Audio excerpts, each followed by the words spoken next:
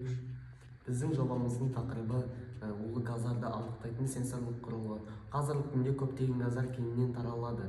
Бірақ осы газдардың ішінде адам өміріне зиян келтіретін газдар бар. Мысалға, иіс газы, иіссіз, түссіз, бірақ 1 минуттың ішінде адамды тұншықтырып, өміріне қауіп төнгізеді.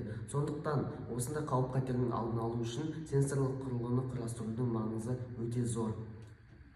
Біз осы жобаны зерттей отырып, керекті құрал-жабдықтар алдық. Керекті құрал-жабдықтар Arduino Uno микроконтроллері, MQ7 сенсоры, зумер, жарық диоды, макет тақтасы, сымдар, USB проводы. Компьютердегі программаны USB проводы арқылы Arduinoға жүктедік.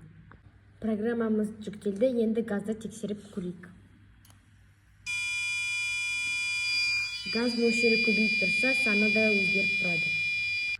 Газдың таралуын білу үшін жарық диоды жанады, ал зумер дыбыс шығарады.